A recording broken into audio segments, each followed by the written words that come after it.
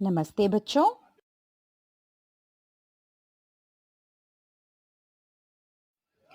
मुझे उम्मीद है कि आप लोग वह चिड़िया जो कविता को अच्छी तरह समझ गए होंगे और जो कार्यपत्र यानी कि वर्कशीट उसके साथ दिया था वो भी हल किए होंगे। आज हम इसी कविता की व्याकरण पढ़ने वाले हैं। इसमें दो प्रकार के व्याकरण से संबंधित प्रश्न हैं जो भाषा की बात शीर्षक के अंदर हैं। हमारे दो व्याकरण से जुड़े प्रश्नों में से पहला प्रश्न का संबंध विशेषण से है। विशेषण के बारे में जान लेने से आप उस प्रश्न का उत्तर दे पाएंगे। तो आइए देखते हैं।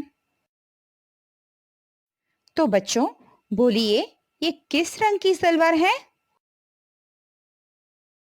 ये लाल सलवार है। अब बोलिए, ये लड़की कैसी है? ये सुंदर लड़की है। तो हमने किस और किसी प्रश्न पूछा तो हमें उत्तर में क्या मिली? संज्ञा की विशेषता मिली। यही विशेषण होता है। अब देखिए विशेषण की परिभाषा।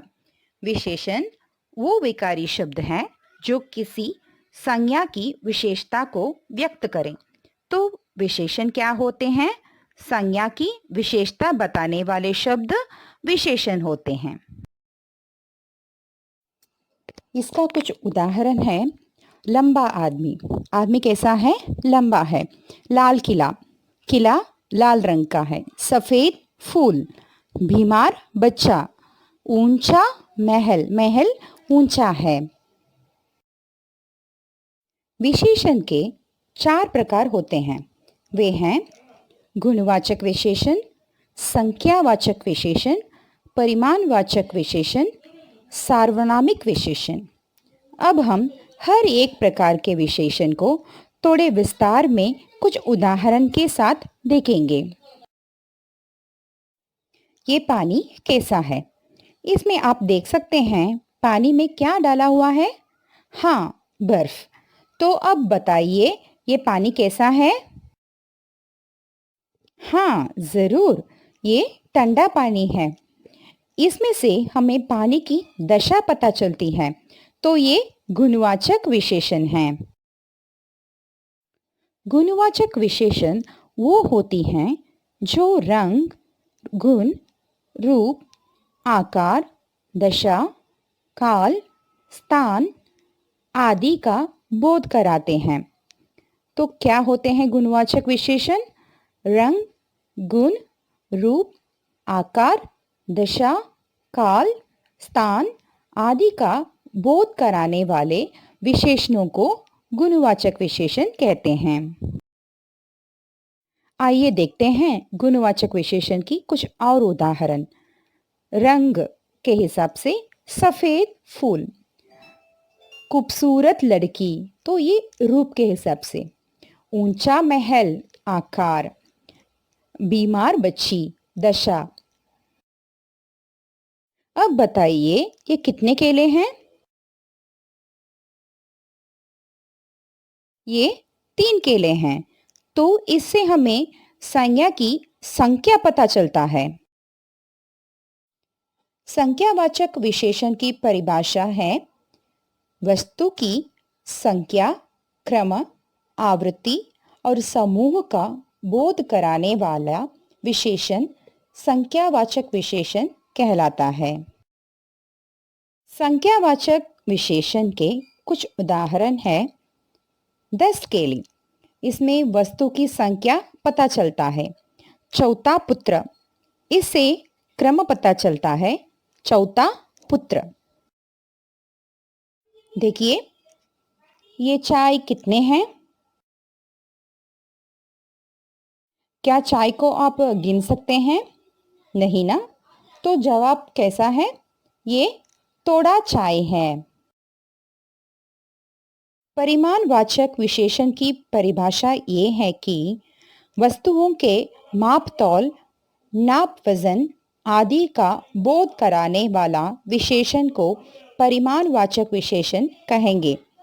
परिमाण का मतलब होता है माप तोल करना, यानी कि किसी संज्ञा या सर्वनाम की वजन या माप तोल के बारे में पता चलेगा। 1 किलो चावल, 2 लीटर तेल, कुछ कपड़ा। यहाँ रेखांकित किए गए शब्दों से आपको पता चलता है कि ये परिमाणवाचक विशेषण है। चौथा है सार्वनामिक विशेषण। कई बार सर्वनाम जो है वो विशेषण की तरह काम करते हैं। तो परिभाषा क्या है? जो सर्वनाम विशेषण के रूप में प्रयुक्त होते हैं उसे सार्वनामिक विशेषण कहते हैं। इसका कुछ उदाहरण है, ये घर, वह माला, क्या चीज। यहाँ यह, वह, क्या ये शब्द रेखांकित किए गए हैं। इससे हमें घर, माला, चीज आदि शब्दों की विशेषता पता चलती है। ऊपर वाली तरास, नीले पंखों वाली चिड़िया, सबसे ऊपर वाली तरास। यहाँ रेखांकित शब्द विशेषण का काम कर रहे हैं। मैंने भी आपके लिए एक कार्यपत्र बनाया है जिसमें ऊपर दिए गए उदाहरणों की तरह इनके आगे एक एक विशेषण और जोड़ना चाहिए आपको। हमारा दूसरा जो प्रश्न है वो क्रिया विशेषण से जुड़ा है।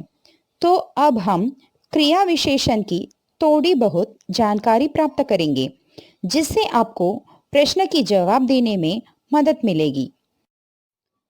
क्रिया विशेषण शब्द वो होते हैं जिनसे हम होने वाले कार्य यानी क्रिया की विशेषता जान पाएंगे। परिभाषा ऐसी है कि वो शब्द जो हमें क्रियाओं की विशेषता का बोध कराते हैं वे शब्द क्रिया विशेषण कहलाते हैं। दूसरे शब्दों में कहें तो जिन शब्दों से क्रिया की विशेषता का पता चलता है उन शब्दों को हम क्रिया विशेषण कहते हैं। उदाहरण के लिए देखिए इस चित्र को। हिरन भागता है। यहाँ भागना क्रिया है और वो कैसे भागता है? तेज भागता है। तो ये तेज शब्द से हमें क्रिया की विशेषता पता चलती है, अतः तेज शब्द क्रिया विशेषण होती है। क्रिया विशेषण के कुछ और उदाहरण देखेंगे। वह धीरे धीरे चलता है। खरगोश तेज दौड़ता है। शेर धीरे धीरे आगे बढ़ता है। यहाँ चलता, दौड़ता, आगे बढ़ता आदि शब्द क्रिया हैं। और कैसे चलता है? धीरे धीरे। कैसे दौड़ता है? तेज। कैसे आगे बढ़ता है? धीरे धीरे।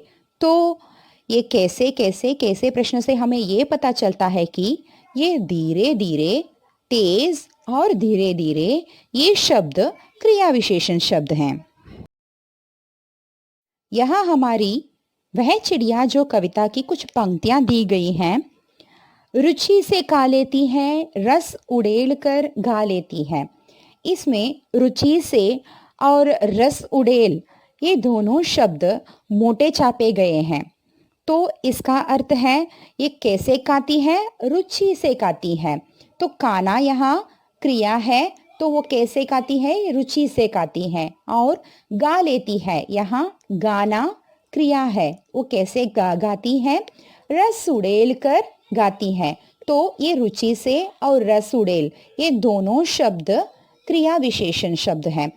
इसके हिसाब से भी मैंने आपको एक कार्यपत्र दिया है, वो भी आप लोग हल करने की कोशिश करना। तो बच्चों, इन दोनों व्याकरण विषय आपको समझ में आई होगी। जैसे मैंने बताया, इनके हिसाब से आपको एक कार्यपत्र भेजी जा रही है। आप लोग जरूर उसको हल करना। धन्यवाद बच्चों।